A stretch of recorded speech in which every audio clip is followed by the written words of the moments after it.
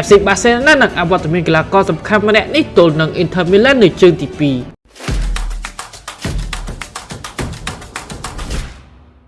ក្លឹប FC Barcelona បានចេញសេចក្តីប្រកាសជាផ្លូវការអំពីបញ្ហារបួសខ្សែការពារស្លាប់ស្ដាំ Jules Koundé ដោយលោកគេមានបញ្ហារបួសសរសៃពួរផ្លូវខាងឆ្វេងយោងតាមការចាប់ផ្សាយរបស់អ្នកកាសែតអ៊ីតាលីបានឲ្យដឹងថាខ្សែការពារសញ្ជាតិបារាំងលោកនេះនឹងសម្រាកនៅក្រៅទីលានរយៈពេល3សប្តាហ៍យ៉ាងណានេះគឺជាដំណឹងមិនល្អមួយផងដែរសម្រាប់ FC Barcelona ដោយសារបច្ចុប្បន្នពួកគេកំពុងតែស្ថិតនៅក្នុងការប្រកួតប្រជែងជាខ្លាំងទាំងពី La Liga និង Champions League Koundé បានជួបបញ្ហារបួសនេះអំឡុងការប្រកួតជើងទី 1 វគ្គពាក់ដៃដោយផ្លាត់ពីរង្វាន់ UCL ដែល FC Barcelona ស្មើ 3-3 ជាមួយនឹងក្រុម Inter Milan កាលពីយប់រំលងអាទិត្យជាចូលថ្ងៃទី 1 ខែឧសភាខណៈលោកគេនឹងអវត្តមានការប្រកួតជើងទី 2 នៅថ្ងៃទី 7 ខែឧសភាសប្តាហ៍ក្រោយដែលជាប្រកួតដ៏សំខាន់